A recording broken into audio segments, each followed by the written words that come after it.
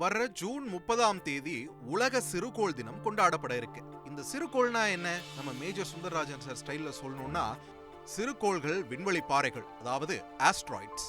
இந்த வருஷம் சிறுகோள் தின கொண்டாட்டத்தை ஒட்டி 2 அழையா விருந்தாளிகள் நம்மள பார்க்க வர போறாங்க. யார் அவங்கன்னு பாத்தீங்களா? அவங்களும் சிறுகோள்கள் தான். ஒன்னு ஆஸ்ட்ராய்ட் 2024 MK, இன்னொன்னு ஆஸ்ட்ராய்ட் 2011 UL21.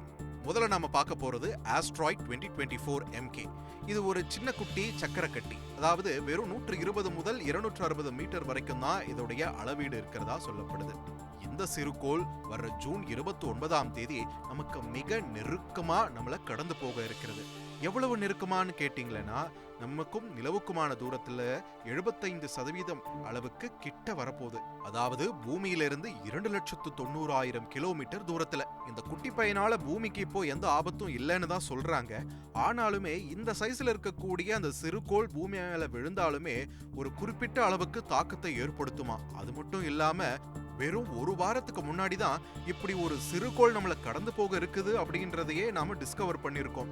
ஸோ இந்த மாதிரியான விண்வெளியில நம்மளை நோக்கி வந்துட்டு இருக்கக்கூடிய சிறுகோள்கள் பத்தின ஆராய்ச்சியிலும் அதை முன்னரையே கணிக்கக்கூடிய வல்லமையையும் இன்னும் நாம மேம்படுத்த வேண்டும் என்று சொல்லியிருக்கிறார்கள் ஐரோப்பிய விண்வெளி ஆய்வு மையத்தினர். இந்த ஆஸ்ட்ராய்ட் 2024 MK சிறுகோளை வர்ற ஜூன் 29ஆம் தேதி சிறிய வகை டெலஸ்கோப் மூலமாகவே கிளியரா பார்க்க முடியும்னு சொல்லியிருக்காங்க ஐரோப்பிய விண்வெளி ஆய்வு மையத்தினர்.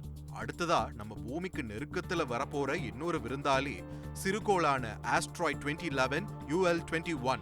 இந்த மாதிரியான சிறுகோளுக்கு செல்லமா இன்னொரு பேரும் இருக்கான், அது பிளானட் கில்லர்.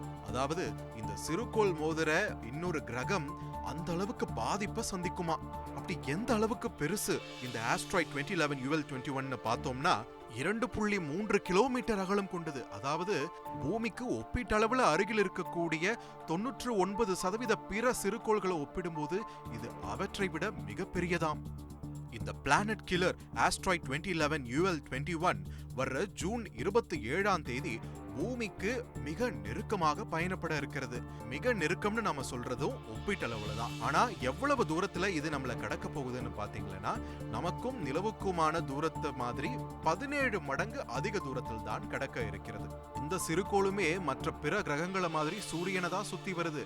என்ன, நாம ஒரு முறை சுத்தி வர்றதுக்கு 365 நாள் எடுத்துக்கிறோம், ஆனா இது 1100 நாள் எடுத்துக்குமா. அப்படி சுத்திக்கிட்டு இருக்கும் போதுதான் பூமி மாதிரியான பிற கோள்களுக்கு மிக நெருகில் பயணிக்கும் தருணங்கள் வருகின்றன. ஆனா மற்ற கிரகங்களுடைய வட்டப்பாதைகள்ல இருந்து சற்றே சரிந்த வட்டப்பாதையில தான் இந்த சிறுகோளானது பயணிக்கிறது. இதற்கான காரணமாக ஜூபிட்டர் மாதிரியான கிரகமும் அதற்கு இருக்கக்கூடிய ஈர்ப்பு விசை வித்தியாசமும் சொல்லப்படுது. அதாவது ஜூபிட்டர் இந்த மாதிரியான சிறுகோள்களை பூமியை நோக்கி தள்ள வல்லதுன்னு பகீர் கிளப்புறாங்க நம்ம விஞ்ஞானிகள். சோ இந்த மாதிரியான சிறுகோள்கள்லாம் நம்ம பாதையில வருதுன்னா, அண்ணே நாகராஜ் என்ன அப்படின்னு கொஞ்சம் வேண்டிய அவசியம் எல்லாம் இல்லை. ஓய், அப்படியே ஹாய் சொல்லிட்டு கிளம்புற வழியை பாருன்னு தான் டீல் பண்ணணும். ஏன்னா நம்ம முன்னோரான டைனோசருக்கு இந்த சிறுகோள்கள்ல என்ன பண்ணி விட்டாங்கன்னு ஞாபகம் இருக்கு இல்லையா? நம் முன்னோர்கள் ஒன்றும் முட்டாள்கள் இல்லை. சரி, இவ்வளோ சொல்றீங்களே, இந்த ஆஸ்ட்ராய்ட் டே, இந்த சிறுகோள் தினம் வர்ற 30ஆம் தேதி கொண்டாட போறோமே, அதோட ஸ்பெஷாலிட்டி என்னன்னு கேட்டீங்கன்னா, எதை குறிக்கும் விதமா அதை கொண்டாடுறோன்றது நம்ம தெரிஞ்சுக்க வேண்டியது அவசியமாகிறது. என்னன்னா ஒண்ணு இல்லைங்க, ஒரு 116 வருஷத்துக்கு முன்னாடி சைபீரியால ஒரு விண்கல் விழுந்ததுல ஒரு 800 சதுர கிலோமீட்டர்ல இருக்கக்கூடிய 8 கோடி மரங்களும் எண்ணற்ற ஜீவராசிகளையும் ஒரே போடா தீத்து கட்டிடுச்சு. அன்னைக்குன்னு பார்த்து பூமி கொஞ்சம் ஸ்லோவா சுத்தி இருந்தா ஐரோப்பா மேலதான் விழுந்திருக்குமா அந்த விண்வெளி பாறை. சைபீரியா மாதிரி அது காட்டு பகுதி கிடையாது, இல்ல நல்ல வளர்ந்த நகரங்கள் இருக்கக்கூடிய பகுதி. அதனால அந்த பயத்தை மக்களுக்கு எப்பயுமே மெயின்டைன் பண்றதுக்காகவே ஜூன் 30ஆம் தேதியை ஆஸ்ட்ராய்ட் டேவா தொடர்ந்து கொண்டாடிக்கிட்டு வராங்க நம்ம விஞ்ஞானிகள். அதுலயும் குறிப்பா ஐரோப்பிய விண்வெளி கழகத்தினர். தலை தப்பிச்சதுரா சாமின்னு அவங்களுக்கும் இருக்கும் இல்லையா? அதனாலேயே இந்த மாதிரியான விண்வெளி நிகழ்வுகள் பத்தி எல்லாம் எப்பயுமே ஒரு எக்ஸ்ட்ரா கண்ணை வச்சு கண்காணிச்சுக்கிட்டே இருப்பாங்க ஐரோப்பிய விண்வெளி கழகம்.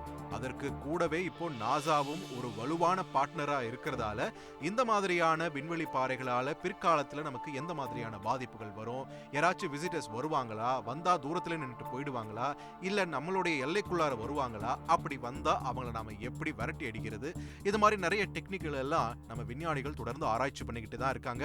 நாசாவும் அதுல குறிப்பிட்ட பணிகளை மிக விரைவில் ஒரு ஆராய்ச்சியை மேற்கொள்ள இருக்கிறது. அதை பத்தி எல்லாம் வர நாட்கள் நம்ம பார்த்துக்கலாம். இப்போதைக்கு இந்த 2 விருந்தாளிங்க மட்டும் நம்ம பூமியோட எல்லை பக்கம் வராம அப்படியே தொலைவிலே கடந்து போகட்டும்னு நம்ம குலதெய்வம் எல்லச்சாமியை வேண்டிக்கோங்க. இன்னொரு விஷயம் சொல்ல மறந்துட்டேனே, இந்த பிளானட் கில்லர் இருக்காரு இல்லையா, ஆஸ்ட்ராய்ட் 2011 UL-21, அவர் திரும்ப திரும்ப வருவார். பூமி சூரியனை சுத்துற மாதிரி இவரும் சூரியனை தானே சுத்திக்கிட்டு இருக்கார். அதனால நம்ம பாதைகள் கண்டிப்பா மறுபடியும் கோயின்சைட் ஆகும். செய்திகளை உடனுக்குடன் தெரிந்து கொள்ள உடனே சப்ஸ்கிரைப் பண்ணுங்க.